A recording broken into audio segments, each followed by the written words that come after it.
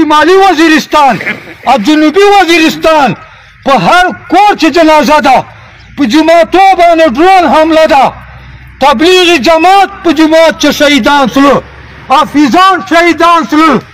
مولانا سمیع الحق پاکوړي چې شهید سو مولانا سنجان صاحب شهید سو مفتی منیر شاکر شهید سو مولانا خان زیب شهید سو اتا هر کور نه به جنازې چې کېږي که نن ووتې نن دې توره وکړه بیا به ته جنازې نه کوې جنازې به نه کوې پرونه راسې مستخلق لګیا ده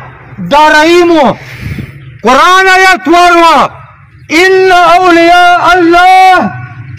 لا خوف علیهم ولا هم یحزنون چې کوم دی الله والخلق دی لا خوف علیهم دو به پیله نقشه دایي چې دو به چیش نه ډارېږي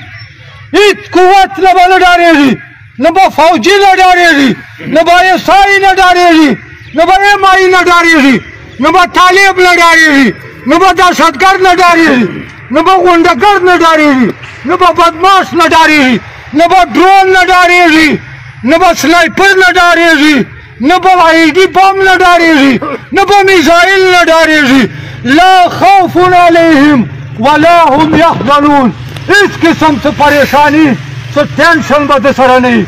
موږ دا دعوه ده